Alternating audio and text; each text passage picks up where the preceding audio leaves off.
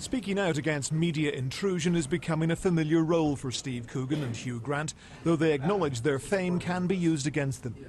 I think the use of the word celebrity is a pejorative term deployed by the press to sort of subtract credibility from things we say.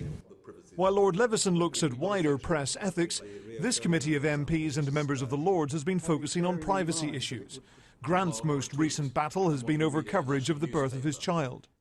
I had tried being reasonable. I'd taken a trip back to London, and I had reasoned with these photographers, saying, come on, do you really think this is something grown men should be doing, to be torturing a new mother and her child?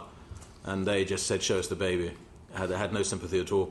There is always arguing with them, and then when that fails, there's violence, which I've tried on a couple of occasions.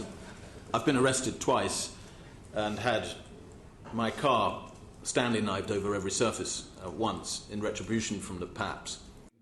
MP Zach Goldsmith and the former motor racing boss Max Mosley were also giving evidence and were asked whether they accepted that newspapers had to give the public what they wanted in order to be commercially viable. Somebody's privacy is their personal property. It is deeply precious to them. And to sacrifice that in order to keep a newspaper going cannot be right. If the only way a business can stay afloat is by engaging in immoral or unethical behaviour, then that business should either change its model or go out of business. No one said that Auschwitz should have been kept open because it created jobs.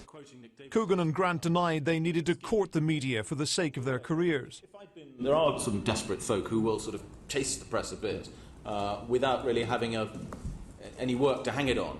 It will never work. It never has worked. It never will work. Well, there's Jordan. We can have a separate conversation about Jordan. Despite the jokes, their performance may have lacked the drama of their Leveson testimony. But this evidence could still help shape reforms in the way the press operates.